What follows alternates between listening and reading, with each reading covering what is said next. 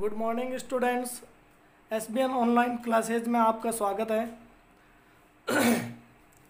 बच्चों, आज हम नया टॉपिक मृदा संरक्षण के बारे में पढ़ेंगे कि मृदा संरक्षण का अर्थ क्या है, परिभाषा क्या है और इसके लिए जो जैविक और यांत्रिक विधियां काम में ली जाती हैं उनके बारे में अध्ययन करेंगे कि मृदा संरक्षण की आवश्यकता क्यों है। क्योंकि जो मृदा क्षरण होता है विभिन्न प्राकृतिक शक्तियों द्वारा, वायु और जल द्वारा जो भूमि की ऊपरी परत को बहाव के साथ में या उड़ा करके जो मूल संरचना को कणों को पृथकता की जाती है और उस मूल परत को जो नुकसान पहुंचाया जाता है उसे मृदा क्षरण कहते हैं। इसके बारे में संरक्षण की क्यों आवश्यकता है, तो इसे पहला शब्द ये है कि भाई इसका अर्थ क्या होता है। किसी भी मृदा क्षरण को रोकने की जो क्रिया है वो सामान्य शब्दों में मृदा संरक्षण कहलाती है।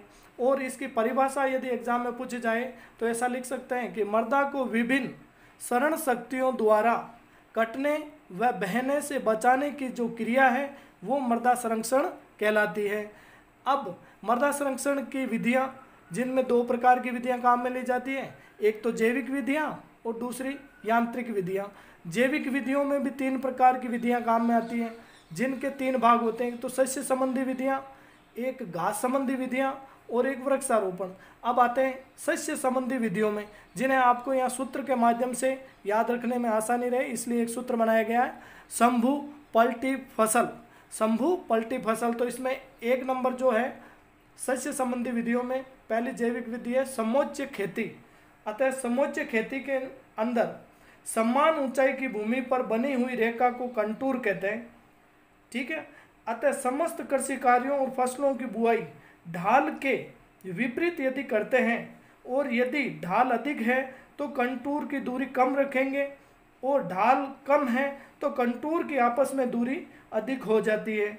अतः ढालू जमीन में कंटूर बनाने से वर्षा का पानी रुक रुक कर आगे बढ़ता है, जिससे मृदा द्वारा उस पानी को सोख लिया जाता है और पानी का बहाव भी कम हो जाता है। अतः मृदा क्षरण भी नहीं होता है। नेक्स्ट विधि है अपने यहाँ पर भू परिष्करण।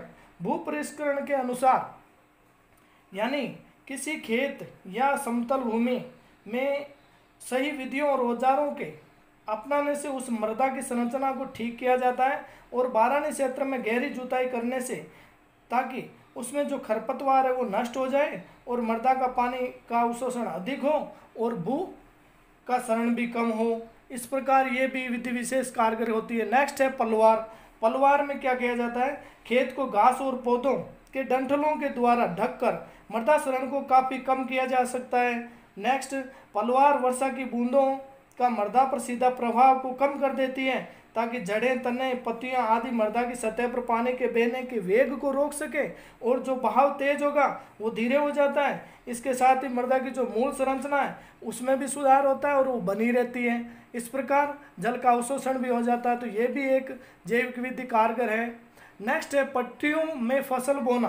पट्टियों के रूप में जो फसल बोई जाती है उसमें क्या होता है कि फसल को ढाल के विपरीत समानांतर पट्टियों में इस प्रकार घनी उगने वाली फसलें काम में लेते हैं और इस प्रकार उगाया जाता है कि उनके कारण एकांतर पट्टियों के रूप में वो दिखाई दे और जो बहकर आता है पानी वो पानी को और मिट्टी को रोक के उनका क्षरण होने से बचाती है। तो कुल मिलाकर के जो पट्टियाँ होती है पट्टी के रूप में एक कार्य करती है और वो जल द्वारा जो मृदा क्षरण होता है उसे रोकने में सहायक होती है। नेक्स्ट है फसल चक्र।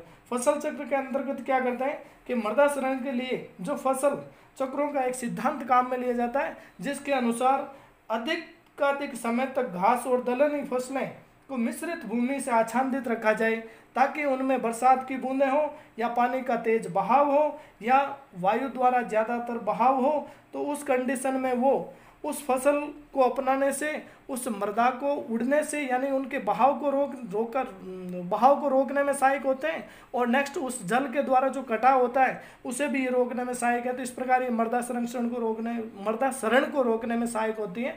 इसी प्रकार अब है घास संबंधी जो जैविक विधियां हैं, इनमें क्या होता है कि जो इस क्षेत्र में जो क्षेत्रीय फसलें काम में ली जाती है कि मध्य घास की पट्टियां बो देने से मृदा के संरक्षण में मदद मिलती है।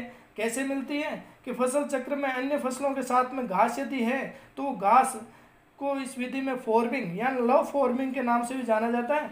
इस विधि में मृदा और जल संरक्षण में सहायक होती है कि यदि बड़े क्षेत्र में शरण की समस्या ज़्यादा है, उर्वरकों की उपयुक्त मात्रा डालते हैं और कुछ समय तक घासों को उगानी चाहिए, जिससे मुख्य घासें ब्लू पैनिक, नेपियर, दूब, बंजन ये क्या करते हैं, जल की और वायु की दोनों के द्वारा जो शरण किया जा रहा है उस शरण को रोकने में सहायक होते हैं और भूमि की उर्वरक शक्ति को भी बराबर मेंटेन रखते हैं। नेक्स्ट है वृक्षारोपण। वृक्षारोपण के द्वारा भी एक जैविक विधि के रूप में इसे काम में लिया जाता है कि भूमि में जो वृक्ष लगाए जाते हैं यानी कि मृदा शरण को रोकने में ये सबसे अच्छे होते हैं और वर्षा की बूंदों को सीधे जमीन पर ना गिरकर ये पेड़ों के पत्तियों द्वारा, टहनियों द्वारा रोक लिया जाता है और पानी के वेग को कम कर दिया जाता है जो आसमान से बूंदें आ रही हैं उनका। इस प्रकार जमीन पर जो पानी का बहाव होता है उन्हें भी रोकते हैं और वर्षा की यानी वृक्षों की जो पत्तियां कल्च का काम करती है और भूमि में जीवाश्म भी प्रदान करती है और मृदा की भौतिक दशा में भी सुधार होता है और उसमें कार्बनिक पदार्थों की मात्राओं में भी बढ़वार होती है। इस प्रकार ये भूमि की उपजाऊपन को भी बनाए रखते हैं और मृदा शरण को रोकने में भी सहायक होते हैं। इनके बाद में नेक्स्ट है मृदा संरक्षण की यांत्रिक विधियां।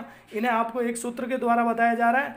इसमें आप याद रख सकते हैं कि जो यांत्रिक विधियां हैं उसमें थाई खाट से आप याद रख सकते हैं, जिनमें पहला है थाला व क्यारी बनाना, यानी किसी भी जो भूमि है उसमें मृदा शरण को रोकने के लिए एक क्यारी के रूप में यानी बेसिन लिस्टर की सहायता से कंटूर के समानांतर छोटी छोटी क्यारियों का और थालों का निर्माण करते हैं और थाला जल को रोककर उसके बहाव की गति को कम कर देता है और जल संरक्षण में ये सहायक है। इसी प्रकार है नेक्स्ट अधोभूमि की गहरी जुताई करना, यानी जब सोइलर की सहायता से कठोर परत को जब तोड़ा जाता है और मृदा की द्वारा जो जल शोषित और जल धारण क्षमता यदि बढ़ जाती है, जिससे क्या होता है कि मृदा का जल संरक्षित किया जा सकता है। इस प्रकार ये भी मृदा के संरक्षण में और जल के संरक्षण में सहायक होता है। इनके बाद में नेक्स्ट है जो है कंटूर से खाई बनाना, यानी कि जो भूमि होती है उसमें अलग अलग खाइयाँ बनाई जाती है जो 60 सेंटीमीटर चौड़ी और 30 सेंटीमीटर की गहराई में होती हैं और लंबाई की खाइयों का उचित अंतराल पर इनको खो दिया जाता है और खाइयों में पेड़ों की रुपाई कर देते हैं ताकि वहाँ पर जो पानी आएगा वो उन खाइयों में गिरेगा और पौधों के द्वारा उसका अवशोषण कर लिया जाएगा। ये भी मृदा शरण को रोकने में विशेष सहायक होता है। नेक्स्ट है कंटूर टेरेस बनाना, यानी कि ढाल भूमि पर जो खेती की जाती है उनमें खेत चबूतरे की भांति बनाए जाते हैं, जुताई और बुआई आदि बराबर टुकड़ों में हो सके और इस जो जल का बहाव होता है वो सीधा रहे यानी ढाल की ओर रहे। तो इसमें क्या होता है, जल अवशोषण की क्षमता को बढ़ाते हैं और जल को नाली द्वारा बहा कर निकाल देते हैं। ये ढालू भूमि को काम में लेने योग्य होते हैं और ढालू भूमि में इनका उपयोग ज़्यादातर किया जाता है। ये भी मृदा शरण को नियंत्रित करते हैं और जल के अवशोषण क्षमताओं को बढ़ाते हैं और फसलों के लिए, किसानों के लिए कारगर होते हैं। All the best. Next topic कल पढ़ेंगे बच्चों।